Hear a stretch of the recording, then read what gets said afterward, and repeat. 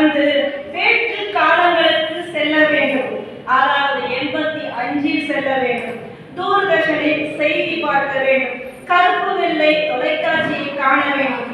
வெள்ளிக்கிழமைகளில் ஒளியும் ஒளியும் பார்க்க வேண்டும். எங்கும் பசுமை தேவை. வயல், காடு, கழனி, மலை